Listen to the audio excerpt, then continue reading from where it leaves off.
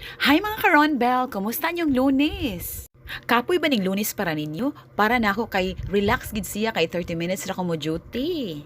So ang weekend para na ako kay Domingo ug Lunes. Gimingaw na sa kog miswa niya sa gulag sardinas. Balik na sa kong luto og miswa nga nay sardinas og naay tangad og sweet corn. Kay lamian man ko aning putahia, never gyud na akong kalimtan og luto. Bahalag balik-balik. Basta miswa na gani, sardinas ginaganahan ako nga isubak.